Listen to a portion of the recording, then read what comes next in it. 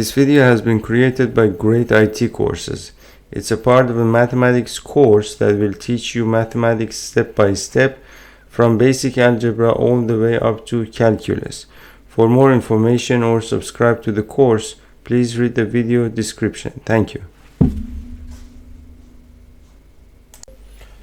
So in this video we want to find the x-intercept and y-intercept of an equation.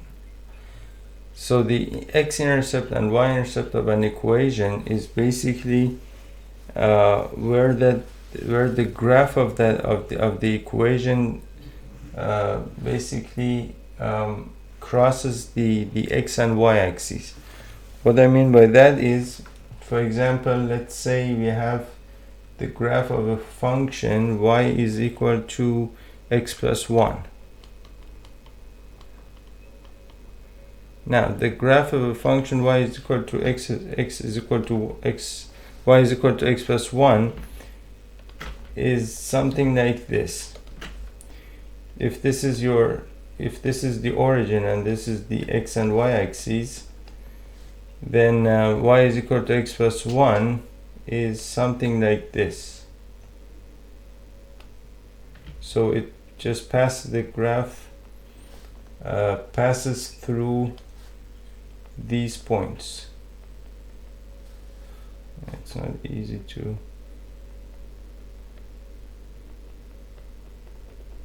something like this. So the graph passes through the points 0 and 1, 0 comma 1 and minus 1 comma 0. So this is minus 1 comma 0. Now this point, the point right here that you see whose coordinates are minus 1 comma 0, is basically called the x-intercept of this graph, and this point, which is 0 comma 1, is basically called the y-intercept of this graph, and that's because this is the point where this graph crosses the y-axis. The point where the graph crosses the x-axis is called the x-intercept, and in this case is minus 1 comma 0. Now you notice that the x-intercept of this graph at the x-intercept of this graph, the y-coordinate is 0. At the y-coordinate of this graph, the x-coordinate is 0. So you can use these two properties in order to calculate the x and y intercepts of a graph without having to draw the graph of the function. So let's try this with our original basic equation. Now we said that at the x-intercept of the graph, the y-coordinate is 0.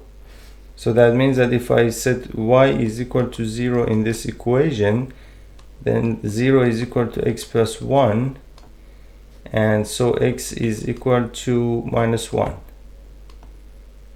So that means that the order pair would be x is equal to minus 1 and y would be equal to 0. So this is the x-intercept.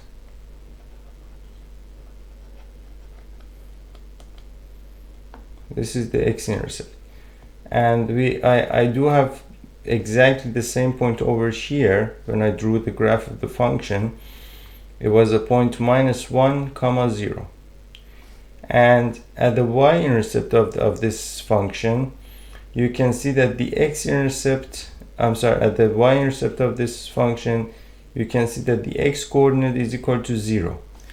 So I can use this property as well. I can set x is equal to 0, and so this would be y is equal to 0 plus 1, and so y is equal to 1.